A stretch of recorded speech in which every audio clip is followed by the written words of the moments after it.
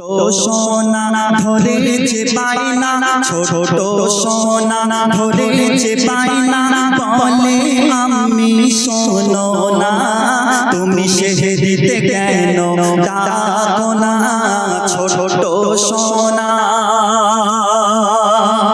ছোট সোনা ধরেছে পাইনা, ছোট সোনা ধরেছে পাইনা, বলে আমি শোনো না, তুমি সেদিতে কেন ডাকো না, ছোট সোনা। ছোট সোনা ধরেছে পাইনা, ছোট সোনা ধরেছে পাইনা, বলে আমি শোনো না, তুমি সেদিতে কেন ডাকো না, পড়বো তারা পেরে রাখবো রোজা, পড়বো তারা পেরে রাখবো রোজা, ছোট শিশুর বাসনা, এসেছে রমজান মাহিনা, ছোট সোনা। সেই সন্তান পিতা মাতার কাছে আবদার করছে, আব্বুজি আম্মুজি আমি রোজা রাখবো। যখন মা জননী ভাবছে যে তো ছোট সন্তান আজ আবেগের বয়সে বলে ফেলেছে, কাল সব ভুলে যাবে, রোজা রাখতে গেলে তো বাচ্চা ছেলে অসুস্থ হয়ে পড়বে, তাই আম্মুজি আর সেহেরিতে ইচ্ছা করে ওই সন্তানকে আর ডাকলো না। যখন সন্তানকে ডাকলো না, ওই সন্তানের মধ্যে আল্লাহ পাকের প্রেম প্রীতি মহত্বটা এত সুন্দর ছিল, সেহেরি না খেয়ে যখন সকাল হয়ে গেল, ঘুম থেকে উঠে ভাবছে, মায়ের কাছে বলছে, আম্মুজি তুমি আমার সেহেরিতে ডাকলে না কেন, আমি তো আল্লাহ পাকের হুকুম রোজা রাখবো। তখন না খেয়ে ওই সন্তান যখন রোজা রাখতে গেল, তখন কি ঘটনা হয় কবি লিখছে দেখুন। সেহেরি করার সময় জননী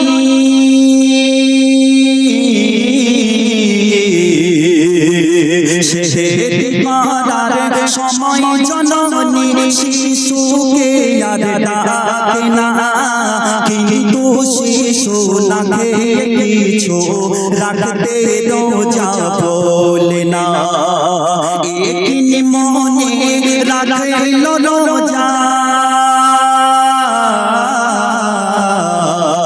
একই মনে রাখল রোজা, সেই শিশু সারা দিনে আর ফজর জোহর আসর সালাত পড়ে শিশু খোদার প্রেমে, পড়ে শিশু খোদার প্রেমে, আসর পড়ে ছোট শিশু, আসর পড়ে ছোট শিশু, চলতে আর পারে না, শুনুন তাহার ঘটনা, ছোট সোনা। ছোট সোনা ধরেছে পাইনা, ছোট সোনা ধরেছে পাইনা, বলে আমি শোনো না, তুমি সেদিতে কেন ডাকো না, ছোট সোনা। দেখো ক্লান্ত অবস্থায় পড়িয়া শিশু,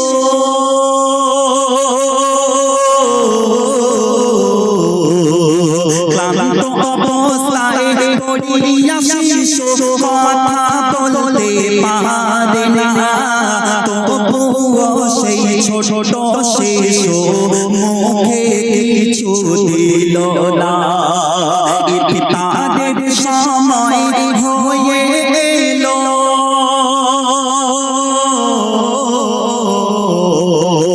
ইফতারের সময় হয়ে এলো, ফকির দেশে একজন এলো, ছোট শিশুর মাথার উপর হাতটি তাহার বলিয়ে দিল, হাতটি তাহার বলিয়ে দিল, ছোট শিশুর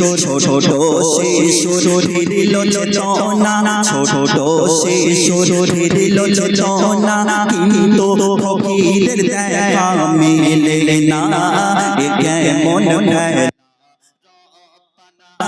ছোট সোনা।